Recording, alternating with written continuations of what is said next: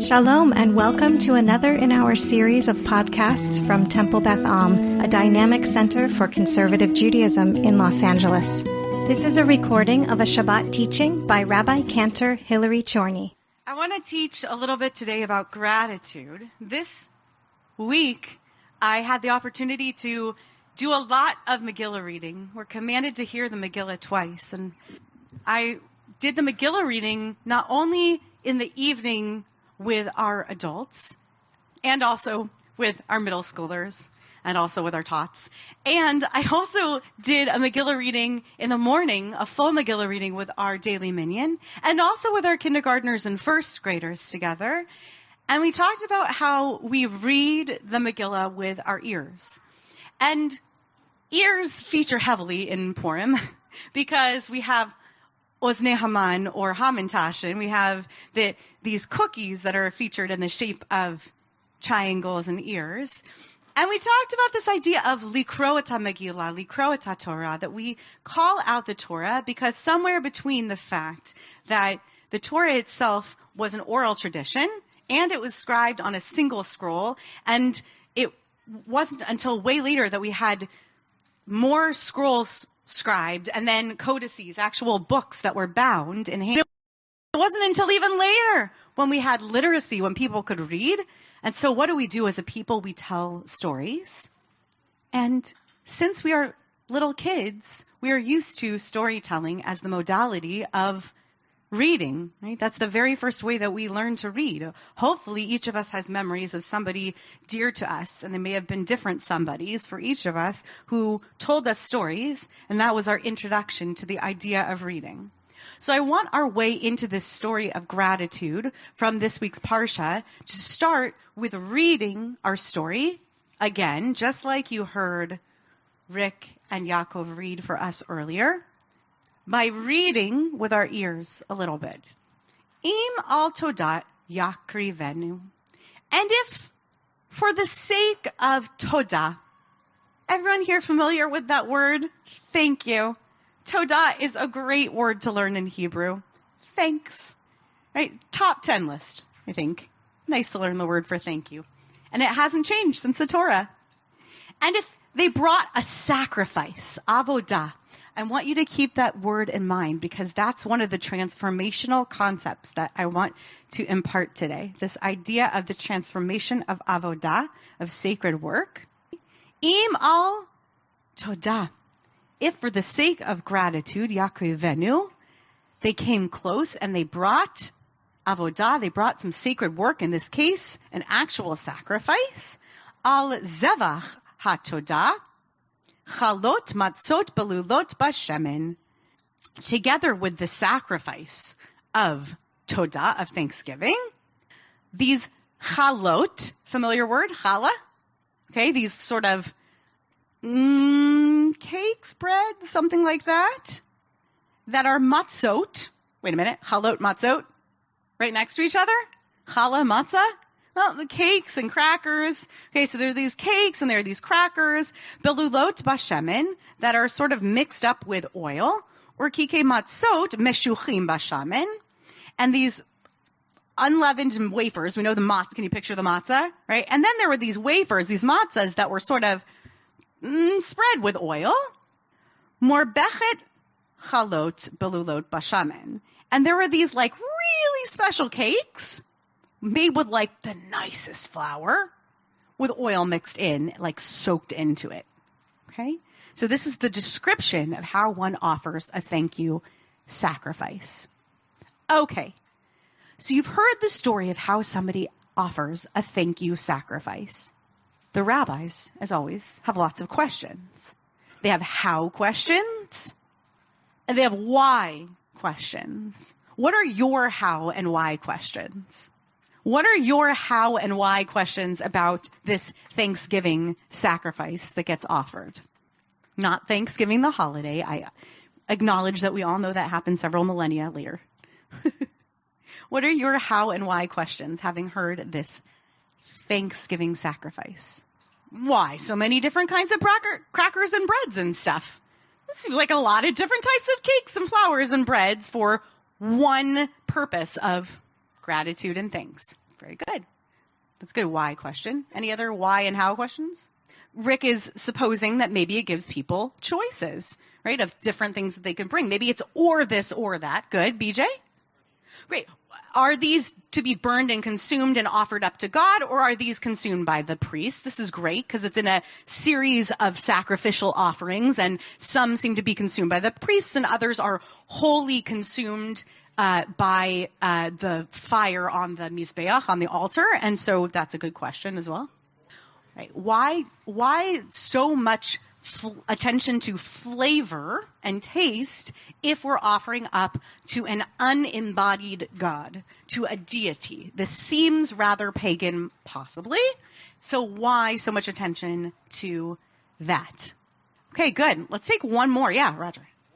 You're thinking of this whole section of our Torah. There's a lot of specifics about like the right thumb and the toe and the blood and the why so specific? Exactly how we're supposed to execute. That's a great question as well. I'm going to hand out some source sheets. They also came online, so I'm hoping that if people are joining us virtually or reading in the podcast, they can also read along. Thank you so much. I'll hand out to this side. So on this verse, we're going to look at two commentaries on this specific verse, and then we're going to let ourselves go down a rabbinic rabbit hole.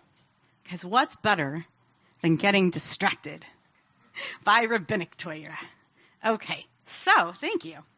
On this verse, we have many rabbis asking the question, just exactly how grateful, and for what am I supposed to be grateful? Like, how thankful am I supposed to be to the extent that I go, you know what?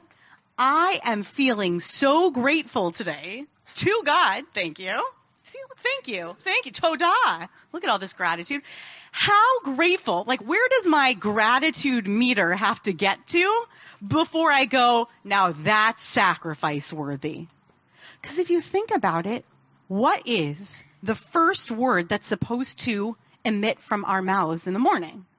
Modeh or Modah, right? This is the Ari Lucas Torah. Rabbi Ari Lucas always said it's Modeh or Modah. Ani, not Ani, Modeh or Modah. The first word that emanates from our mouth is gratitude for the return of our soul to our body. So we enter every single day in a state of gratitude, of prayerful gratitude, even if, and I'm going to put a big if on this, we're already reading this Torah from a place of believing that the way that we engage in sacred offerings to God is through prayer and not sacrifice, which is a leap, because we have to get there through this work, right? Remember that in the context of this learning, we're talking about actual offering of sacrifices. But if we're there, then we're grateful all the time, right? Aren't we? Aren't we saying thanks through? What else do we say thanks through all the time? We say thanks through, yeah, Gabriella. The food that we eat. We're told in the Talmud that it's as if, this might even be based on a Mishnah or a Breita, it's as if we've stolen from God if we haven't said a blessing. First of all, midoraita, like it's considered as if it's from the Torah. We're commanded to say thank you after we've eaten, and we derive from that therefore we should say blessings before we eat as well. So we sandwich, I use that word on purpose, we sandwich our food eating, our consumption of food and drink with blessings of gratitude. So that would be a lot of sacrifices, right? Like if we offered a sacrifice for every moment of gratitude. So the rabbis ask, okay, so what level of thankfulness do I have to reach before I go, all right, I'm going to offer a sacrifice to God? So Ibn Ezra says, Tamo, okay, I'm going to tell you what the meaning is of this. This is the ta'am of this, which, by the way, means the flavor of it. This is all very full of puns of flavor. I love it. I'm a big pun fan. Sheyitain todah l'Hashem, because he wants to give thanks to God. Shenimlet mitzara, because God helped him get out of a narrow place. You guys, we're already in preparing for Pesach, though. I'm so sorry. But there we are. We give thanks to God because we were in deep, deep, deep, deep trouble. Okay, Ibn Ezra says that's what this is referring to. When we're talking about making a sacrificial offering in gratitude, that's like, oh, thank God I made it out alive. That's what Ibn Ezra is saying. Just in case you weren't sure if Ibn Ezra stood alone on that opinion. Oh, hang on, Joey has a thought on that. You're right on cue. I'm going to say, Baruch she kivanta.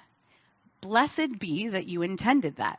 So I'm going to pause in my teaching and say, there's a really, really wonderful concept in the Torah. Often when people are in class and they're students, which all of us are at some time or another, even in our adult lives, we feel like if we had something to add to the conversation and someone else said it first, it's kind of a letdown, right? Like, oh man, they said what I was going to say. But our rabbis teach us that it's actually an incredible blessing if we have a thought and we discovered that someone had that thought before us.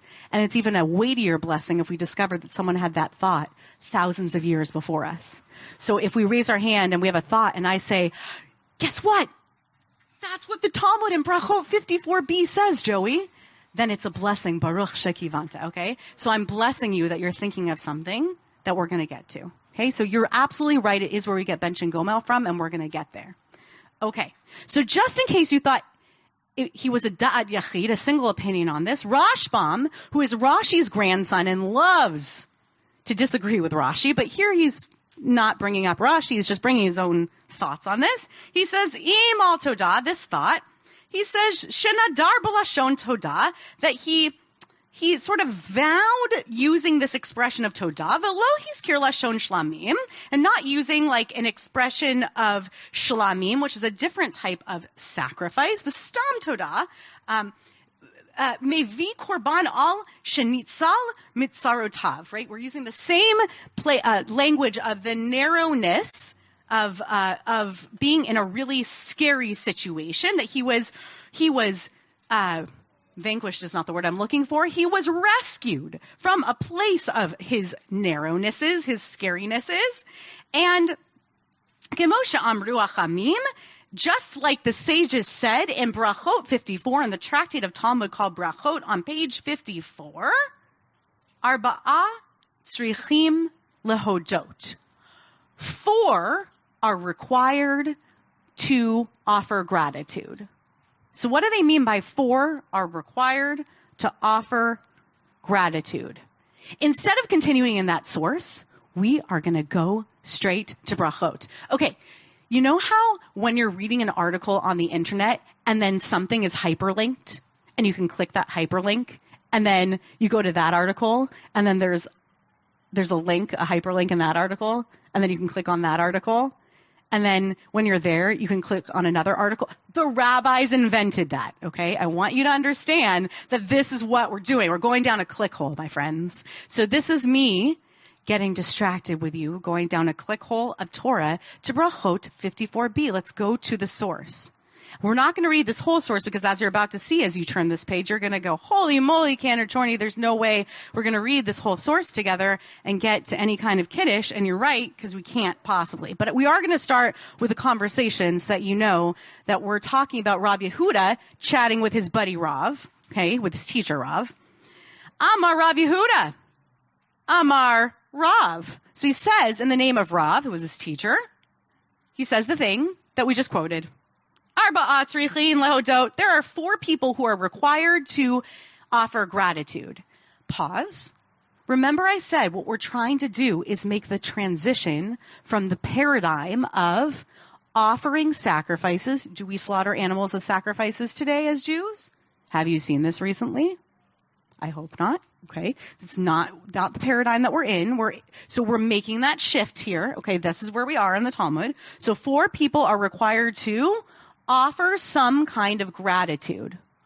We are not in a tractate that is focused on offering the sacrifices themselves. The Talmud does still deal in that, but that's not what we're dealing with here. Here we are dealing with how. Remember before it was which, like why, under which circumstances with Ibn Ezra and with Rashbam, who are before. But right now we're in the discussion of how, which ones, who's required, and what do they say and what do they do? Okay? So 4 categories of people are going to be required to offer gratitude. Their circumstances are going to bring them to a place where they're required. And what are those circumstances? They are Yordei Hayam. What does that sound like? Yordei Hayam. What does that sound like to your ear? Yeah. Sailors, yeah, but what does it sound like? Yordei, Yored, go down, Yoredei Hayam. Does it sound like Jonah language? Remember that? Yored, right? So like people who went down to the sea, okay, good. Seafarers, the sailors, very good. Okay. Holchei midbarot. The ones who go through the midbar, right? That's where we're going to go. That's our next book of the Torah. Spoiler alert. Okay. We're not there yet. It's okay. Umi shehaya chole. And someone who was chole, who was what? Sick. They were sick, but we gotta be sharp with this. Somebody who was like really sick. Someone who was worried for their life, sick. Venitra pe. And they were healed. They were brought back from a very severe illness. The nitra pe, umi shehaya chavush mi beit ha'asurim v'yatsa. And somebody who was imprisoned and then they went out from prison. I like the way that the language goes because I think that it can infer that also maybe they escaped. I don't know why. I just like it because it doesn't say they were let out. It just says, and they went out. So in my mind, it's just like Alcatraz also, like they could also escape and they still have to bench Gomel. Okay. Thank God I found my way out.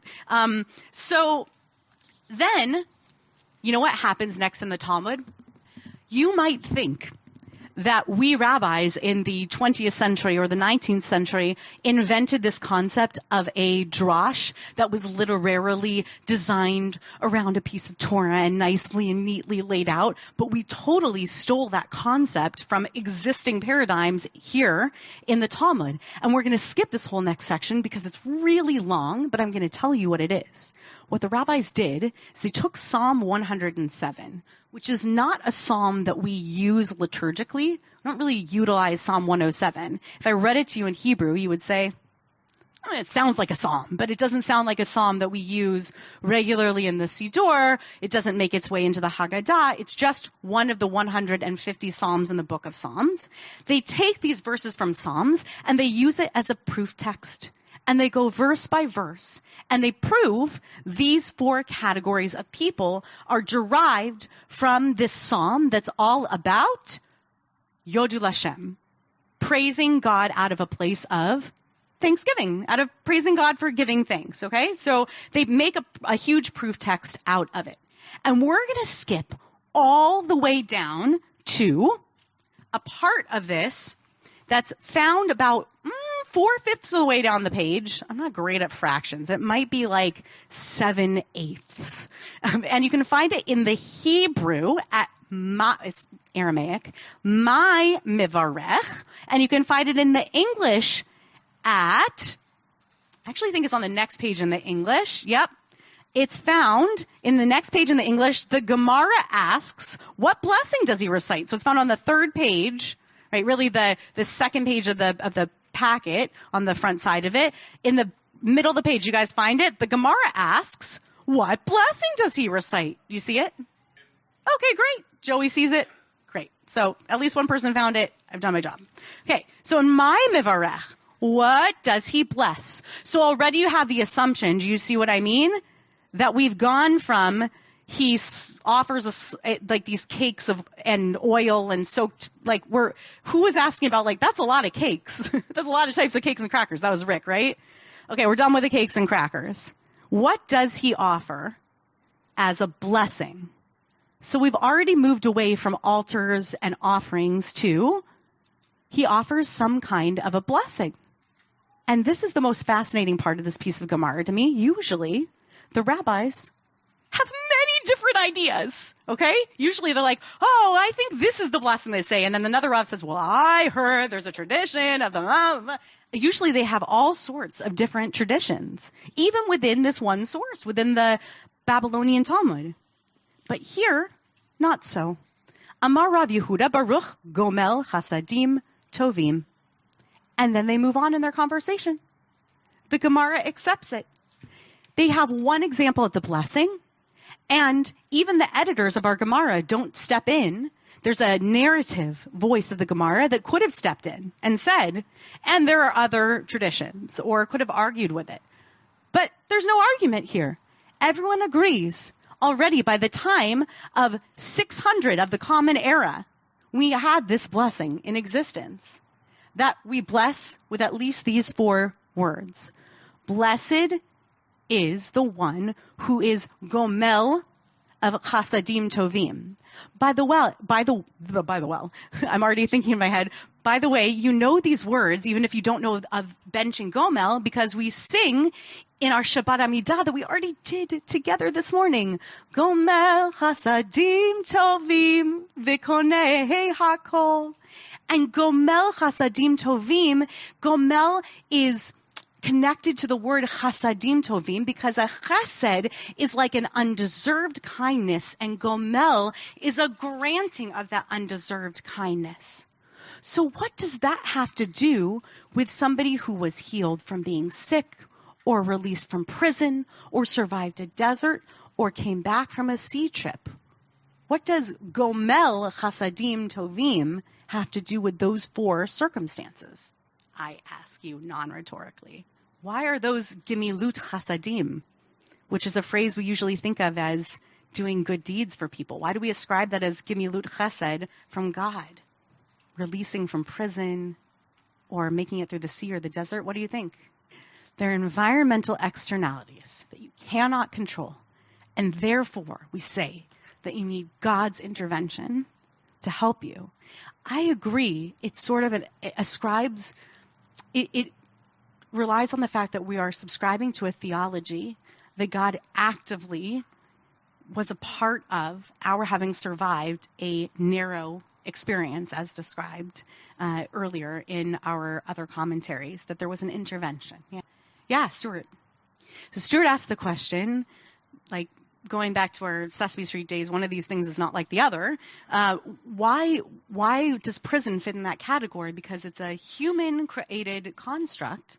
So how is it possible that prison fits in this category? Does anyone want to try to offer an answer to that question? How could it be that God has gemilut chesed in that circumstance? Yeah. Right. So we have two suggestions that are very similar, which is the easiest read, I think. The easiest answer is you were unfairly imprisoned somehow, either a prisoner of war, a prisoner who was imprisoned under unfair circumstances, and you were released, right? But I will tell you that this comes down in halakha, not holding to those limited circumstances, right? We still have those who are released from prison say this bracha, say this blessing. So the question is there any other explanation? I think Bonnie wants to try, yeah? Great. So Bonnie offered something that I often think about in this regard, which is prison is supposed to be in some way a transformative experience. So one is supposed to emerge from that place having come out of a narrowness of an experience into some place for which they are grateful to be re-emerging into society. And so they are grateful, perhaps, I'm going to add to your explanation, Bonnie, perhaps they are grateful for the opportunity to rejoin society. And so they're offering gratitude for not having been either imprisoned for life, or I would offer, perhaps they are grateful that they were not given a death sentence, right? Perhaps that would have been the alternative. And so they were given the opportunity instead to be imprisoned, and now they have been released and given the opportunity once again to live among society. And so now they are no longer beholden to their prison guards, but rather beholden to HaKadosh Baruch Hu. Perhaps. Okay, we're going to move to the very last source, even though I could be in this forever. We've been at this for 25 minutes, and it's felt like 2 seconds to me. But we're going to move to the very last source. It's not in English. I'm going to teach it to you. It's the Shulchan Aruch. I'm going to go back to the listening with our ears. I'm going to teach it to you like a story, okay? Because I didn't want to I didn't want a translation on here to spoil for you the multifaceted meaning that this can take on. But if you understand the Hebrew, you can come up with your own meaning as well. So the Shulchan Aruch comes along in the 16th century to deal with these matters. It's a code of law, and there are two things that are found here. The first is the Shulchan Aruch, which comes down as a code of law to which the Jews of Sfarad bind themselves, and then there's a gloss within the Shulchan Aruch, and a gloss is like a commentary that's interwoven, right? So it's found in there, and it's the Ramah, and that's the commentary to which Ashkenazi Jews traditionally bind themselves within it. So there's actually a multi-ethnic conversation going on within the Shulchan Aruch. That's one of the reasons that I happen to enjoy it, other than the fact that it is widely considered, besides the Mishnah Torah, to be a grossly accepted code of law among observant Jews. So, in Berech, there's this question of what happens when somebody comes up to bless Gomel. Nowadays, we still offer the blessing of Gomel under these four circumstances. Often people offer it immediately after childbirth. Often people offer it after they've been, God forbid, in a terrible car accident or through a difficult surgery, or under any of these actual circumstances mentioned. But not everybody has a facility with Hebrew. Not everybody who has gratitude can offer in the same way. Just as the Talmud deals with the fact that not everybody is going to have exactly the right animal or beast to offer up as an offering, the rabbinic tradition, including the Shulchan Aruch, has to deal with the reality that is still true to this day, which is not everybody who wants to say, thank you, God, knows what Bench and Gomel is or how to do it. And so they offer this gorgeous teaching. Im berech acher ve'amar. If somebody else said the blessing, Baruch atah Adonai Eloheinu melech haolam asher gemalcha kol tuv ve'ana amen yatsa. V'chein im amar barich rachmana malka de'alma dehevech lan ve'ana amen yatsa. You can have somebody else say the entire Gomel blessing on your behalf. You can say Amen, and you have fulfilled your obligation to offer gratitude. And that is it. One of the reasons that I love that is also because somebody who has been through the kind of traumatic experience that is described herein might also not be in a position to speak difficult words. That might also be hard. All we ask of them is to say Amen. But there's one more thing.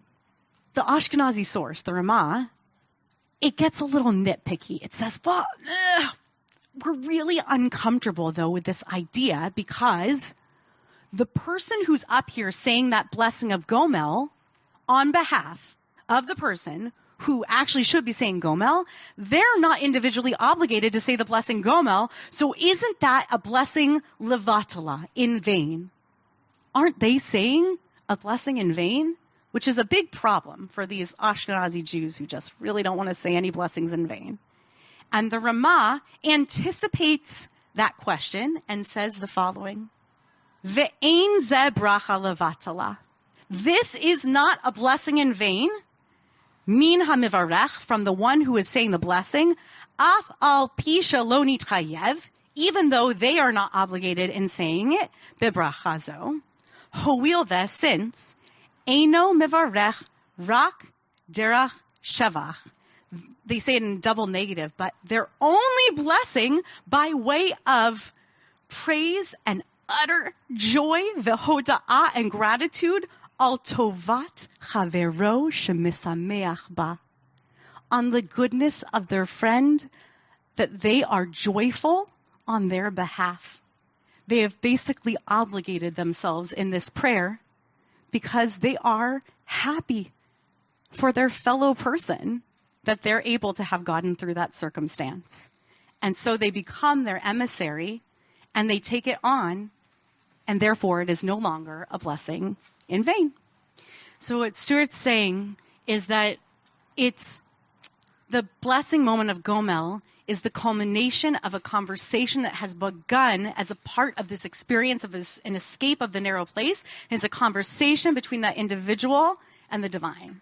And so it's an opening to that because of the touching the place of mortality. Because all of these bring us a little bit closer to that place of mortality.